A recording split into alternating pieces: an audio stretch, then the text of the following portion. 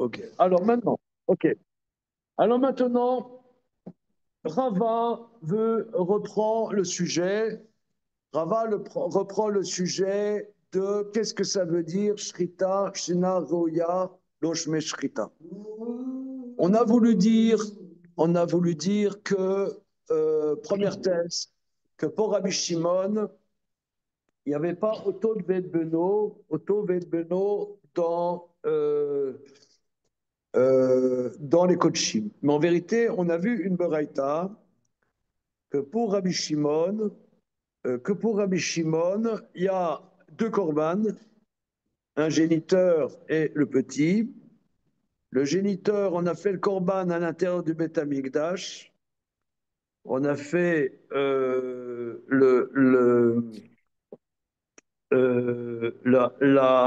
comment dire, la shrita à l'intérieur du Beth Amikdash. Le korban est cachère, ok? Le petit, on lui fait la shrita, qui est un korban, à l'intérieur du Beth Amikdash. Rabbi Shimon dit qu'il reçoit Malkout. Il reçoit Malkout à titre de un korban, comment dire, un korban passoul que l'on fait à l'extérieur du Beth Amikdash. Pour lui, il a trouvé une source que ce serait Chayav à l'extérieur du Beth Amikdash. Il reçoit Malkout. Mais pourquoi ne reçoit-il, pourquoi, si tu dis qu'il n'y a pas l'interdit de Oto Belo Bekochim, pourquoi il n'est pas Chayav Karet? Donc ça veut dire qu'il y a oui l'interdit d'Oto Beno. Alors pourquoi au deuxième il reçoit Malkout à titre de Lotassou, etc. Ne faites pas comme on fait maintenant, Kol Adam, Kol Hacham Ben Yaseh. Il devrait recevoir Malkout à titre de Otoved Beno. Si tu dis qu'il n'est pas Chayav, donc ça veut dire que c'est un Korban Pasoul. Donc ça veut dire, ça veut Que la dire que la seconde offrande est Shrita, valide. ça veut dire que la Shrita qu'il a fait au Beth Amikdash, ça s'appelle Shrita. Ça s'appelle oui une Shrita.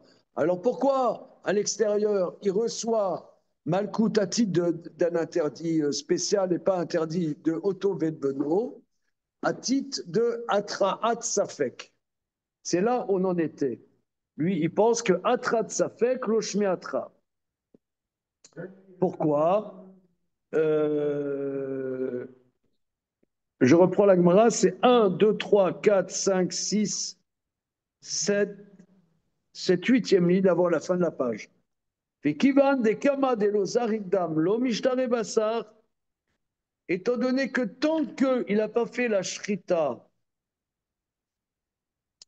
non, qu'on n'a pas jeté le sang sur le misbéa, en base du misbéa, la chair n'est pas permise, mais inna de kacharit, au moment où fait la shrita, avay atrat safek. L'atra, c'est-à-dire, ça veut dire, je ne sais pas si cette shrita va amener à une permission de manger la viande ou non. Et atrat safek, loshme atra. Or, si par exemple, il n'asperge pas le sang, donc cette shrita n'amènera pas à la achila, donc il n'aura pas transgressé. Atrat safek. Regardons Rashi. Là, vous avez un Rashi copieux. Ouais, il y a le complet poisson. Là, c'est le complet Rashi. Atrat safek. C'est bon, monsieur? Vous y fûtes? Dilma loate tezrika. Peut-être qu'il n'en viendra pas à jeter le sang. Va aller shrita shenarouya. Donc, c'est une shrita qui n'aura pas permis de fait. Il car les Rabbi Shimon, Isura ika malkut lika. Pour Rabbi Shimon, il y a un interdit, pas malkout. Il y a un interdit il y a l'interdit de, etc., mais il n'y a pas malkout. Mikol makom la mitkabel bifnim ou. Je peux interrompre un instant Mais sur le cette question de l'interdit, deuxième, mais pas malcoute. seconde, mais le deuxième, il n'y a pas l'interdit de Shrutachutz. Pourquoi? Parce que même pour Rabbi Shimon, pour Rabbi Shimon, il y a Mechusar Zman, il est pas sous le Sharichon, Shechran Nisa Adama, Kevar, Kohem Shrato, Sheshi, Shrita, Rouya, Av, ou Kar Shamati. Voilà. Et Kashali, Mai Atrat Safek de Kamar A, Vadal, Shritat Sheni Enarouya. Alors il dit, mais j'ai pas compris. Rashi pose une question sur ce qu'il a appris de ses maîtres. Mais quel Atrat Safek?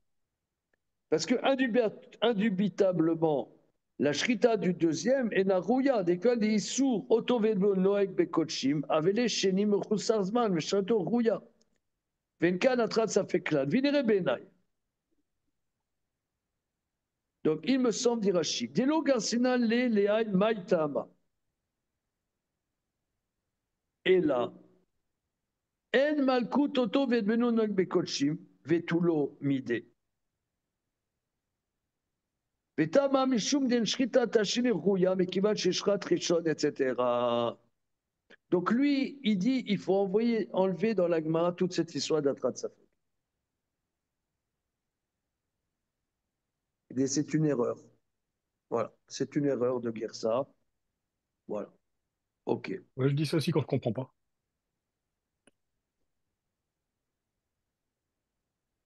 Euh, c'est-à-dire, on reprend, c'est pas un titre d'Atrat Safek, c'est-à-dire que Otto Vedbeno,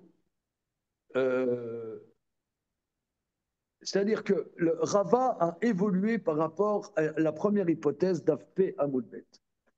D'Afpe Amoudbet était que dès que je fais la shrita d'un korban, étant donné que cette shrita ne permet pas la chila pisco en force rika, la shrita nécessaire n'est pas suffisante, donc ça ne rentre pas dans l'interdit d'auto vetbeno. Mais Rava conteste ça, il dit non, qu'on voit de la Boraita qui a été rapportée, ce qu'on avons vu hier, je fais la shrita du korban à l'intérieur du Beth Amikdash. Alors, la shrita a été une bonne shrita parce qu'on a fait la zrika du sang. Ok. Alors, maintenant, le petit, je fais la shrita qui est aussi korban, je fais la shrita à l'extérieur. Alors, il est pas condamnable si tu disais que shrita shena rouya, lavshme shrita, alors comment ça se fait qu'il n'est pas chayav karet sur le deuxième? Donc, il n'est pas chayav karet, pourquoi? Parce que c'est un korban pas soul, parce que la shrita du premier était une bonne shrita. Mais le deuxième, il n'est pas saoul et il ne reçoit pas malkout. Il n'est pas chayav karet parce qu'il n'est pas saoul. Tu ne pourrais pas l'offrir à l'intérieur. Donc, il n'y a pas l'interdit de shrut et chutz. Par contre, il y a un autre interdit. Voilà. Et une seconde. Et pourquoi il n'y a pas auto vedbeno? Parce que c'est une shrina chez Narouya. C'est une shrina chez Narouya. Parce que, puisque c'est un korban pas soul, il me chassasman. Voilà, c'est tout. Tout l'omidé. C'est parfait. C'est bon, la vie est belle.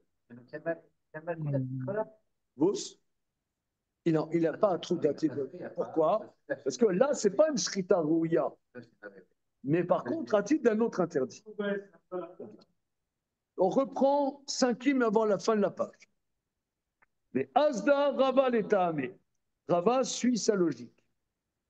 Lama Rava, Ichoulin. Donc, tu as un animal qui est chouline, ou Bena Shlamim. Tu as une vache chouline, et son petit est Shlamim. Shachat chouline, il a fait la shrita du chouline, ok? Vacharkar, Shachat Shlamim. Après, il a fait la shrita des Shlamim. Donc, si c'est le même jour, il s'entend. Pas tour. Alors, regardez, là, regardez pas tour. Regardez Rashi. Vazdar Rava Letame, Dama Shrita Toto Veno Batrat Safek ou. Après Rabbi Shimon, hein, ils s'entendent. Alors,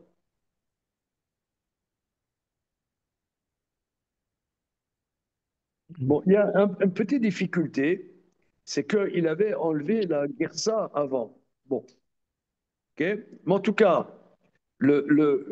fondamentalement, la shrita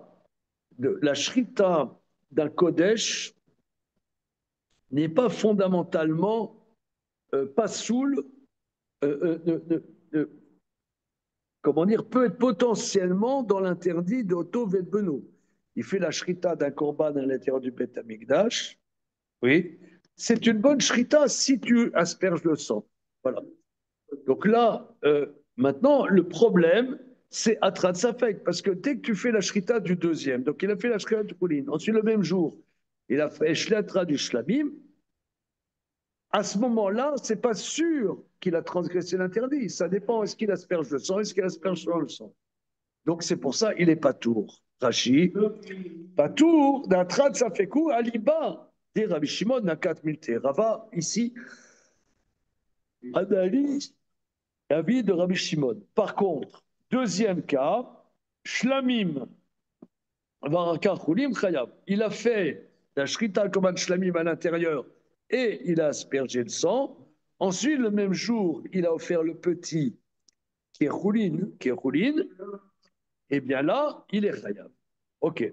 Shlamim bifni barka choulin barous. Chayav, vadaï ish kevan nizrak damush rav hashini eno mechusar zrika. Donc là, on a bien avancé dans la Gemara qu'on avait on avait voulu dire que pour Rabbi Shimon, fondamentalement, la shrita d'un korban, étant donné que ça ne donne pas à manger tout de suite, c'est shrita shenarouya. Là-dessus, Rava a avancé par rapport à ça. Il dit non, la shrita d'un korban, ça donne la possibilité de l'achila, même si ça ne donne pas tout de suite la possibilité. Oui, mais ça s'appelle encore shrita rouya. Voilà, on y va. Ve'amar Rava. Et Rava, il continue. Iroulin ou Bena Ola. Maintenant, tu as la vache et les roulines et son petit et Ola, le même jour. Lo mevaya roulin, sharat roulin, varaka, sharat Ola de patour. Et là, afilou sharat Ola, varaka, sharat roulin, patour. Shrita kamaita lav shrita bat achila. Oui, évidemment. Parce que un korban Ola est entièrement Faut pas le manger, euh, oui. brûlé. Ça dit combus, Consumé. comment Consumé. Consumé. consumé, entièrement consumé. Il est Sur entièrement l'autel. consumé. Donc, étant donné qu'il est entièrement consumé, On ne va que pas le dire manger. c'est pas une... Quand on dit Otto Vedbeno Lotishruto Biomechad, pour Rabbi Shimon, c'est dans un. Voilà, c'est bizarre. Il faut qu'il y ait une possibilité de consommation. C'est. C'est puissant. Ça veut dire, tu fais la. Tu as un corbanola, c'est-à-dire, tu as un corbanola. Si on va d'après Hanania qui dit qu'on va d'après le Zera du Père, tu as un taureau et tu as son veau, un taureau et son veau. Ola, les deux sont Ola. Tu fais la shrita du Ola. 5 minutes après, tu fais la shrita du deuxième. Ouais. Eh Là, c'est bien, bon. il n'y a pas l'interdit de Otto Vedbeno, parce que, nonobstant le fait que ça soit une shrita, mais c'est une Il n'y a pas shrita de possibilité de qui consommation. n'amène à aucune achila. Tu n'as pas l'interdit. Ah, vraiment, là, Eh bien, je trouve ça assez logique. monsieur a trouvé que c'est logique. Oui, je trouve ça très beau même. Je trouve ça C'est beau, esthétique. C'est beau. c'est très Ça veut dire que postmoderne. Dans quel contexte c'est dit? Rava nous pose un principe là qui est que Il interdit d'auto-vêtements, on aurait dit dans quel contexte? Il nous crée une distinction sur la nature des choses, à savoir qu'il faut qu'il y ait une potentialité de consommation. S'il n'y a pas de potentialité de consommation, eh bien, il n'y a pas auto de Benoît. C'est aussi simple que ça. Oui. C'est magnifique comme simplicité. Ok, alors regardez la suite qui va battre en brèche tout ce que tu viens de dire, monsieur Lipskier, évidemment. Comme il se doit, Troisième ligne. car je ne suis P pas Aleph rava. Amud Bet. Rabbi Yaakov Amar Rabbi Yochanan, Achilat Mizbeach Shme Achila.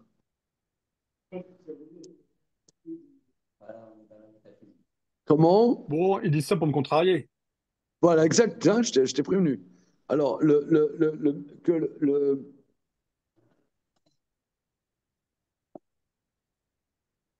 euh, c'est-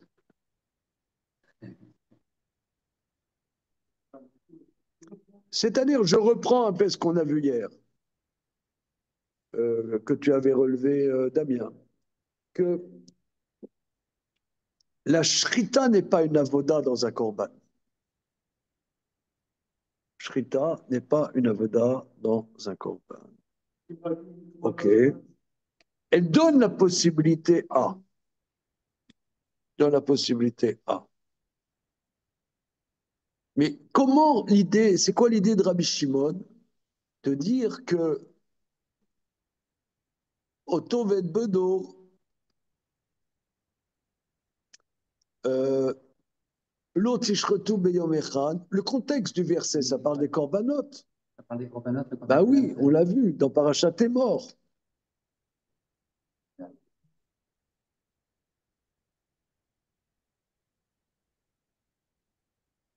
Est-ce que l'achat de Shrita, est-ce que Il semble que Rabbi Shimon aurait voulu étendre le principe à toutes les shritotes, y compris celles qui ne sont pas liées à des korban. non, c'est limité. C'était seulement étendre. Si, puisque la lettre du texte le limite au korban. Le contexte du texte le limite au korban. Mais après, chez Rabbi Shimon, il y a des corbanes qui ne sont pas concernés quand même.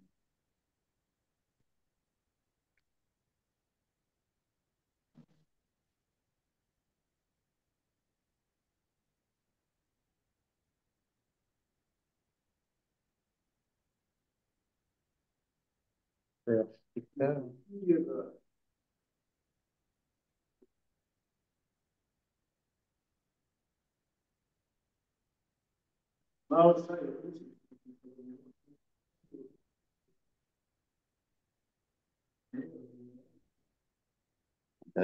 Regardez, il y a Tosfot en vérité, analyse. Regardez, Ola, Tosfot, P Aleph Amoud Aleph, messieurs. P Aleph Amoud Aleph. Euh, Ola, Lav Bat Achilaï. Un korban Ola, fondamentalement, c'est une shrita qui n'amène pas une achila. Oui, Tosfes, c'est bon? Mhm. Il en bas la P page. Aleph Amoud Aleph. Théma, étonnant. Imken, Ichim Ashkara de Rabbi Shimon le Ochel, Touma be Ola, ou be Emorim, דהווה אוכל שאתה יכול להאכילו להכיבין, כיוון דאכילת מזבח לא שמי אכילה. Il dit, parce que une pierre ne prend pas l'impureté. Une pierre ne prend pas l'impureté. On a déjà vu 500 milliards de fois, on cueille une pomme, tant qu'elle n'a pas été apte à recevoir l'impureté, elle ne reçoit pas l'impureté. Comment dire, euh,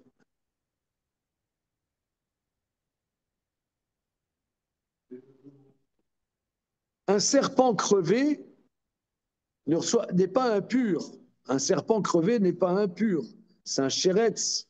C'est seulement quelques shratzim qui sont impurs. Pas tout est apte à recevoir l'impureté. Tu as des choses, il faut que dès que je fais la shrita, je confère à la chair un statut d'aliment. Donc, étant donné que ça, un statut d'aliment, ça peut recevoir l'impureté potentiellement. C'est je confère un statut d'achila. Or, un hola, je fais la shrita. Si Rabbi Shimon pense que achila misbéa, ça ne s'appelle pas achila, donc un korban hola, dès que tu as fait la shrita, n'est pas susceptible de recevoir l'impureté. C'est pas un achila. Il faut que ça soit ochel pour recevoir l'impureté. Donc un Oui, cadavre mais touche là, la chair d'un corbanola dont tu as fait la shrita, cette chair n'est pas impure, puisque c'est pas achila. là c'est pas Rabbi Shimon, c'est Rabbi Shimon vu par Rava. Non mais d'accord, mais d'après cette thèse, ok, c'est bon. Je Alors comprends pas ce regardez principe. Tosfot, comment? Je comprends pas le principe de ça peut pas être impur si c'est pas Akhila. Je Enfin, comprends. Parce que monsieur Lévy, en tant que médecin, vous ne pouvez pas comprendre ce sujet. Pourquoi? Parce que si la pureté est un problème, je sais pas moi, épidémiologique, alors ça se propage à n'importe quoi. Or, si c'est pas un, ça n'a pas un statut de Orel, ça ne rend pas, ça ne confère pas l'impureté. mais il y a plein de choses qui deviennent impures et qui n'ont pas le statut de Orel. Non, D'ailleurs, mais encore faut-il que c'est un certain statut susceptible de recevoir l'impureté. ok, ben justement, on a parlé des On choses. a vu ça moult fois plus haut. Comment, par la shrita, la viande prend-elle un statut de ochel? Eh bien, par le fait que je fais le shrita, je confère un statut de achila. Je peux le manger tout de suite. Je peux le manger tout de suite. Donc, c'est un statut d'ochel. Mais si ça n'a pas un statut d'ochel, eh bien, ça, même si quelque chose d'impur le touche, c'est pas impur. Donc, le korban, ola, je fais la shrita. Si ça s'appelle pas achilat misbeach, c'est pas achila, eh bien, c'est de la viande, non, c'est pas de la viande, c'est de la chair. Il y a une différence entre de la chair et de la viande. Voilà. Donc, ça ne devrait pas recevoir l'impureté. Dosis dos. C'est bien, c'est clair. Oui, ça n'est Je sais pas pas, forcément simple, mais c'est clair. mais Non, mais un ça, animal. on a déjà vu. J'ai pas assez de doigts sur mes mains pour dire combien de fois on a vu ça. Ah bon, Même en comptant mes orteils. ok. C'est bon? Ben, je sais pas. Et un animal qui n'a pas été tué rituellement, il est Il est- impur, mais Oui, on peut oui, pas le parce manger. qu'il est Ben non. Nevela. C'est Toumat Nevela. Donc en fait, Mais ça dépend du type de touma, en fait. C'est pas la même. non, parce que dès que je fais la shrita, l'animal est pur. La shrita fait que ça n'a pas Toumat Nevela. Donc c'est pur. Mais comment ça peut devenir impur si c'est pas un aliment? C'est de la chair. Il y a une différence entre la chair et de la viande. Quelque chose peut être de la chair, mais pas de la viande. Regarde, c'est beau ça. La chair, c'est pas forcément de la viande.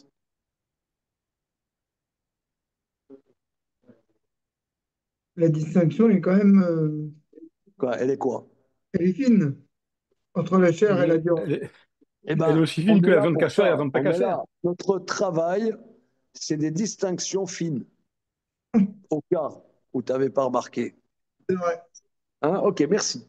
Alors maintenant, Non, mais c'est son continuons premier jour de Tosfot. Talmud. Regardez, réponse de Tosfot, regardez, parce qu'après, il va pile poulet. Avant-dernière ligne, au milieu, l'avant-dernière ligne. Veillez Shlomar, il y a lieu de dire. Veillez Shlomar. Des Inyan Touma, modé d'Achilan Misbeach Shme Achila. On est obligé de dire que par rapport au sujet de pureté et d'impureté, le fait que cette chair va aller sur le misbéar, ça confère un statut de achila. אבל לעניין שחיטה ראויה, לא אביה שחיטה ראויה, אלא ראויה לאדם. דומיה דתבואר טבח ואכן. Comme on voit que la shrita met à ta disposition de manger dans l'histoire, dans Yosef et ses frères. Il a égorgé des animaux pour ses frères.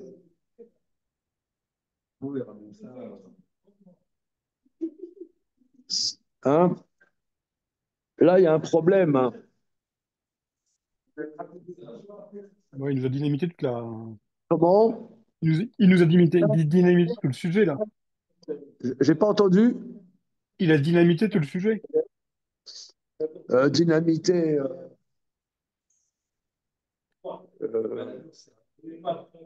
Pourquoi Tové de Beno?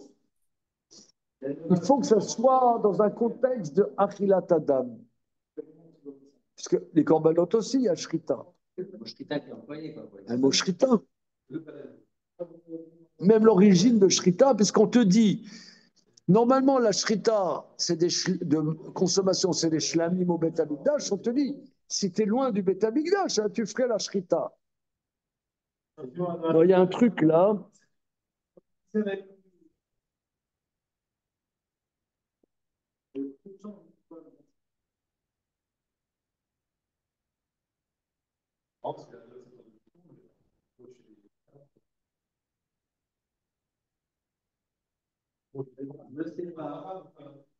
ne sais pas quelle est la pensée de Rabbi Shimon. Voilà. Avec Rabbi Shimon, je ne sais pas, qu'est-ce que c'est la shrita et la shrita. Ah oui, un truc, hein, on aimerait un peu de jus.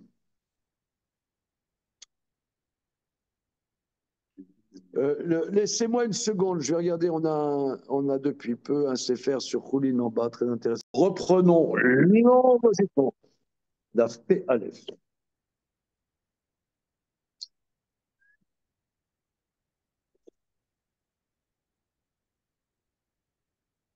Non, ce qui est extraordinaire aussi, c'est que, est-ce que la halakha est comme Rabbi Shimon?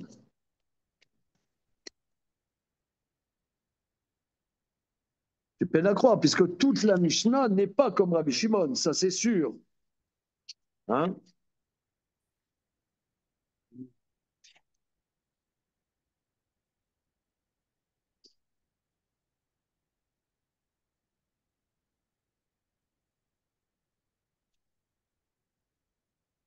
Est-ce que la halakha est comme Rabbi Shimon?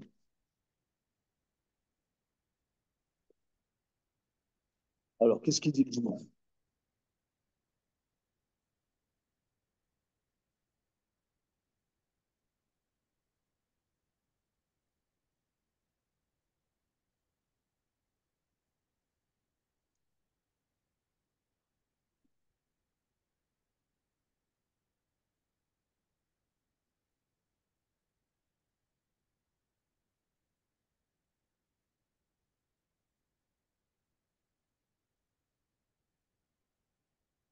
Gournisht. Aïe, aïe, aïe. Vous savez, les mecs, il y a encore de quoi faire. Hein. Si vous voulez écrire des livres sur Choulin, il y a de quoi faire. Hein. Tout n'a pas été fini. Hein.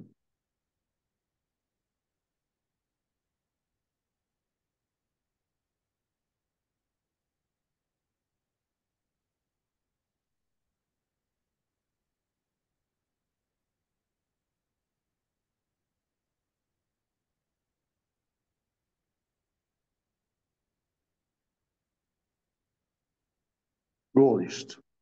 Gournisht, de Gournisht. Comment? Comme on a vu au début que la Gemara posait la question de Mina Chateau de Gachim. Même si c'était pas Pachout. C'est pas Pachout. Donc on voit qu'il y a une embrouille depuis le départ, que peut-être ce ne serait pas un sujet qui concerne le Kadesh, Les coachings. Ouais. La question est soulevée quand même. Ouais. Donc il y a quelque chose derrière que ce n'est pas évident. Bon, on va continuer. C'est bon? Alors il dit Rabbi Yaakov dit au nom de Rabbi Yochanan, Achilat Misber Shu Achila, Maïta Amad Amakra, Im et Achol Yachel Mibasar Zevar Shema. Si manger, il mangera de la chair Zevar Shema. Pourquoi c'est écrit et Achol Yachel? Mais Shte Achilot Akatum Medaber, ça touche deux choses. Soit manger au Misbéar, c'est-à-dire là, Vaikra Vav, c'est un korban, le temps est terminé, on n'a plus le droit. On n'a plus le droit d'en faire quoi que ce soit de ce korban. Et on te dit, si manger, le manger. Or, a priori, là-bas, ça veut dire si tu offres le korban. Donc, on voit le mot achila au sujet d'offrir le korban, ou bien manger simplement. Rashi, mais j'étais achila medaber, il y a un pigoul. Shim shachat amed echol, chutzemer o almanala, tirus esmano, pigoul. Tu n'as pas le droit d'offrir le korban. Tu n'as pas le droit de le manger et tu n'as pas le droit non plus de l'offrir sur le misbéa. Donc là, c'est assez clair que ça s'appelle manger de l'offrir sur le misbéa.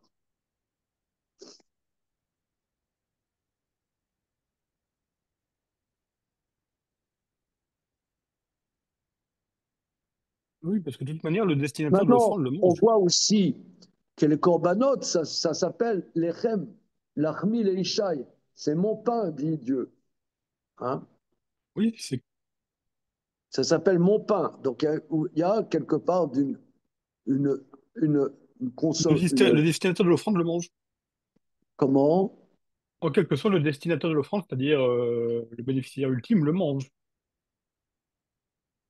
Lorsque nous avions Alors, étudié Yoma, tu nous alors, avais dit une phrase qui m'avait... alors les chassidim, ils analysent pourquoi les korbanot, ça s'appelle lechem. Parce que on peut se parce que pourquoi on mange? Pourquoi on mange? Comment? Et alors, pourquoi, si on n'a rien à manger, on meurt de faim?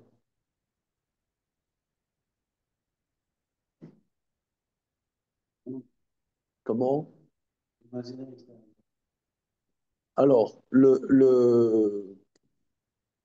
moi, où j'ai vu l'explication, première fois que je me suis ouvert à ce sujet, c'est dans le Sod des Charim. Il explique que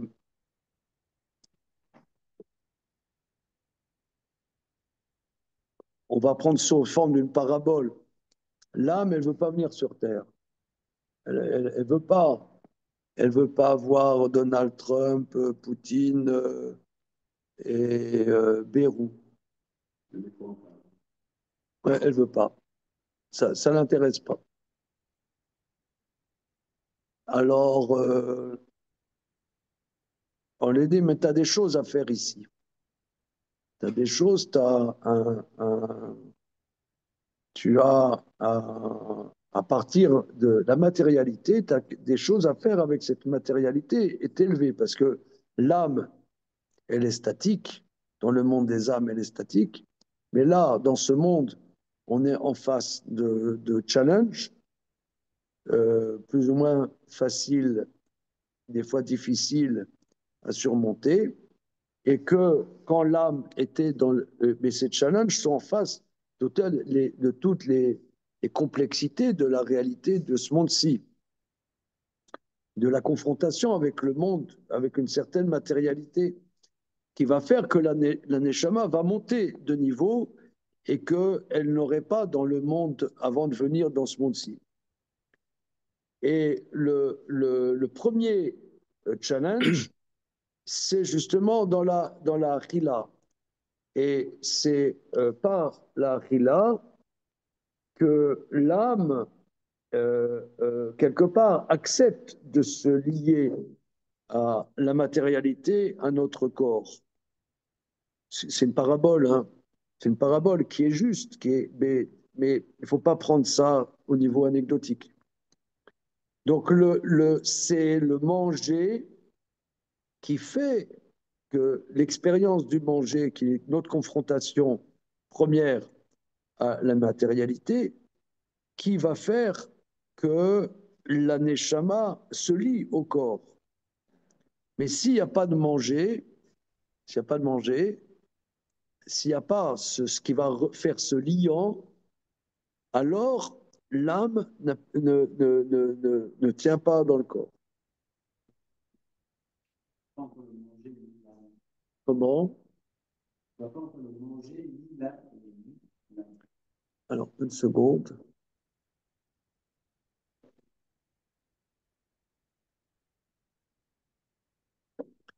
Je crois que je l'ai traduit dans le livre de Cathy de recettes. Je vais le chercher, une seconde, il y en a en bas.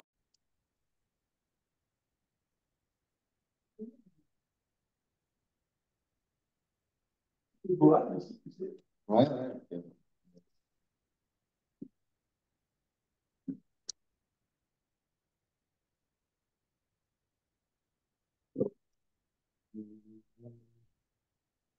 Une seconde. Après la glace au chocolat. Et ça déchire.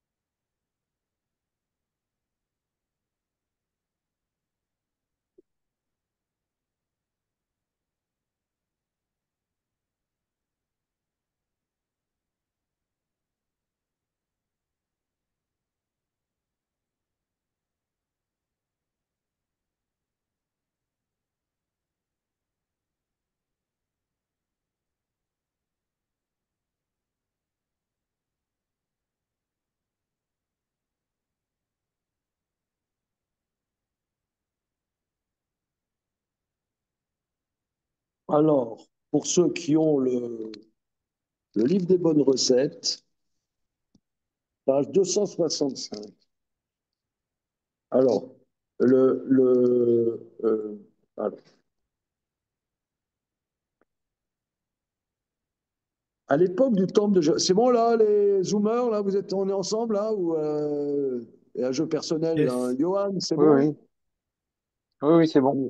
Oui, c'est bon. On y va. Alors, je vous lis, hein. À l'époque du temple de Jérusalem, le service du grand prêtre, le Kohen Gadol, au sein du temple était déterminant pour l'expiation de Yom Kippour.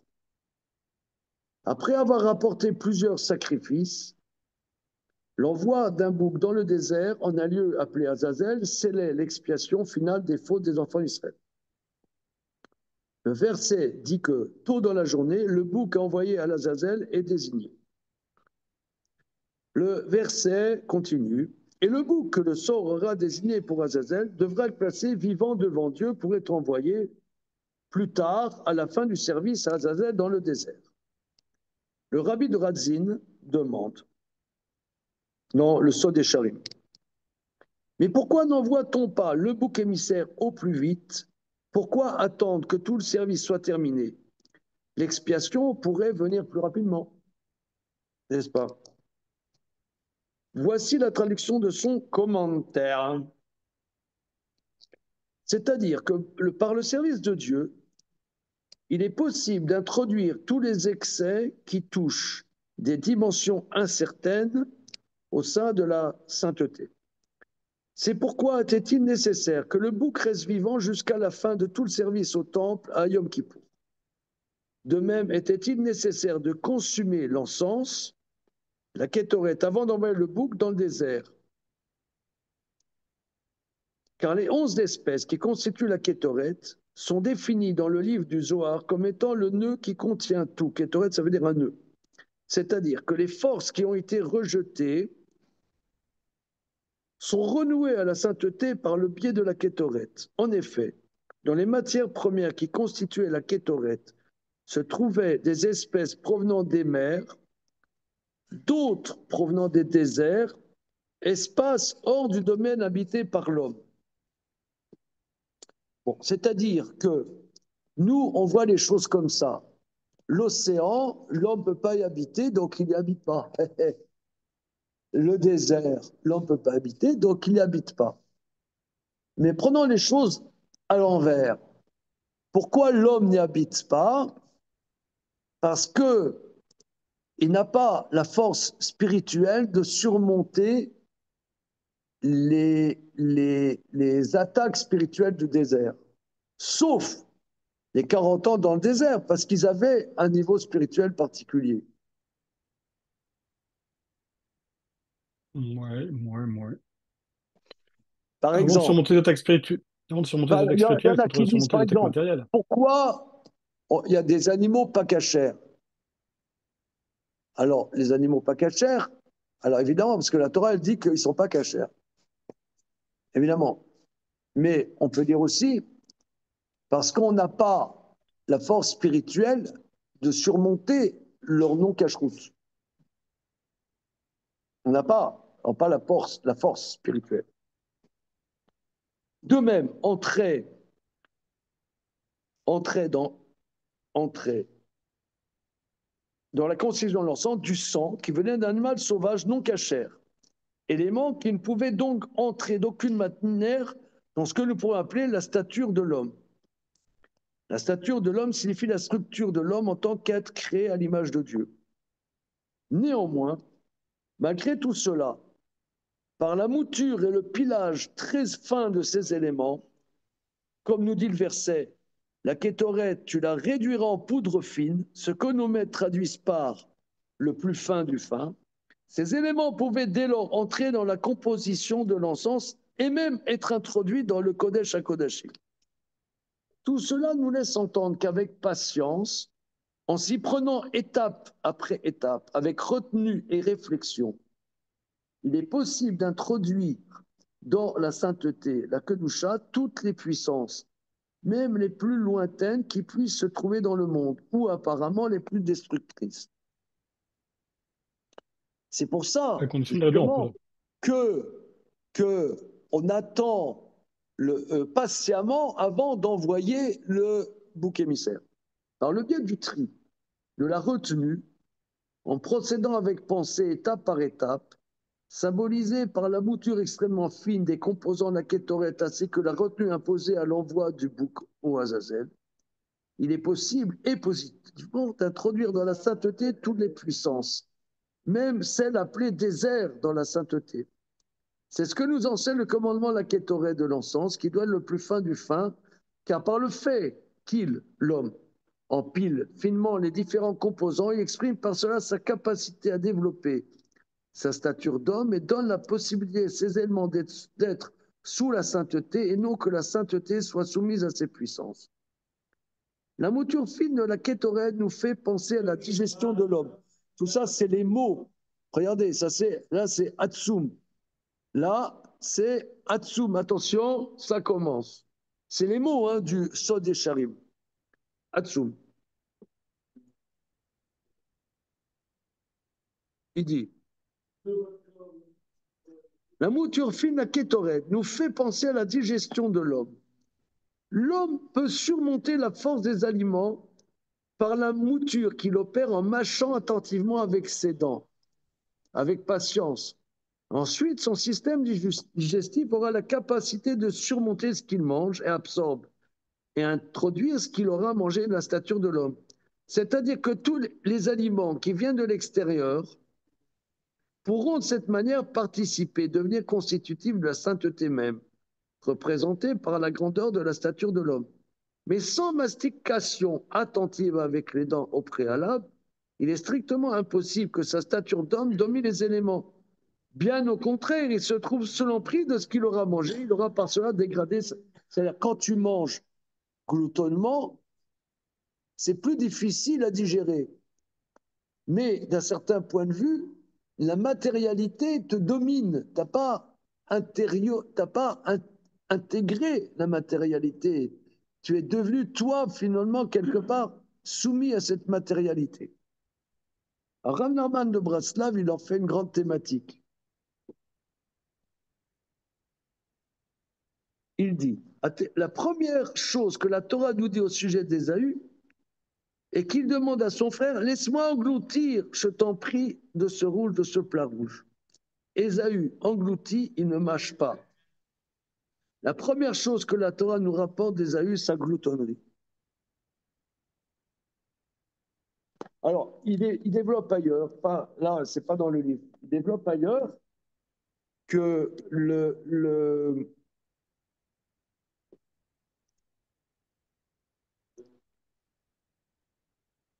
si notre âme est liée à notre corps par cet enjeu, c'est l'enjeu finalement, quelque part, de notre existence, est exprimé par le manger.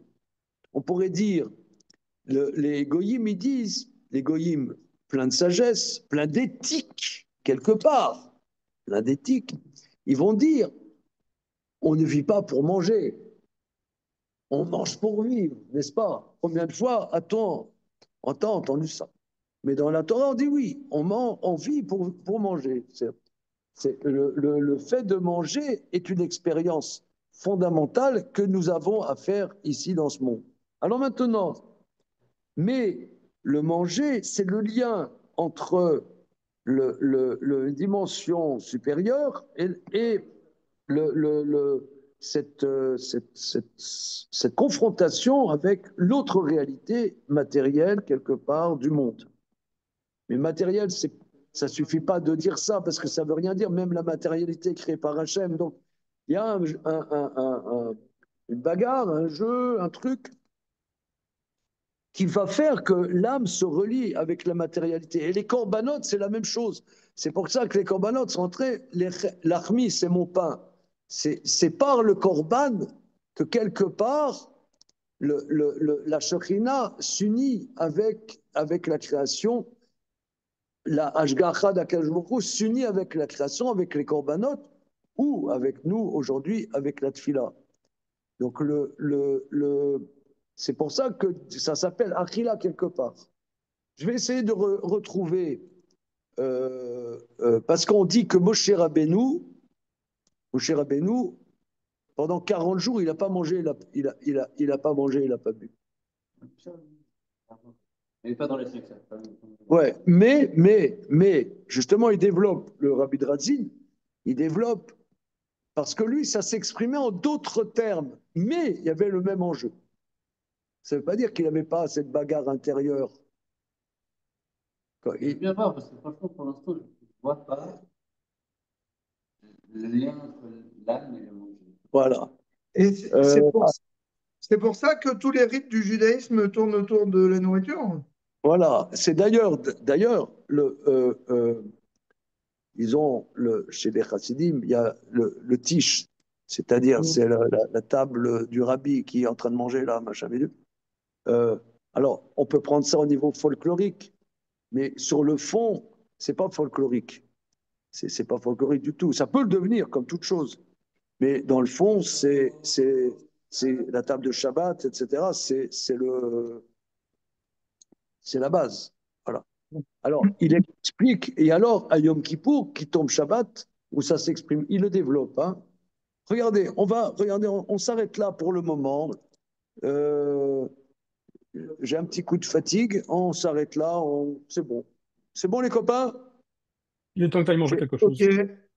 J'essaie demain de rapporter le commentaire qui va nous aider un peu à développer ça. C'est bon? All right. Bien, merci Very beaucoup. good. À demain. Au revoir, merci. Bon après-midi. Alors, mon message biblique,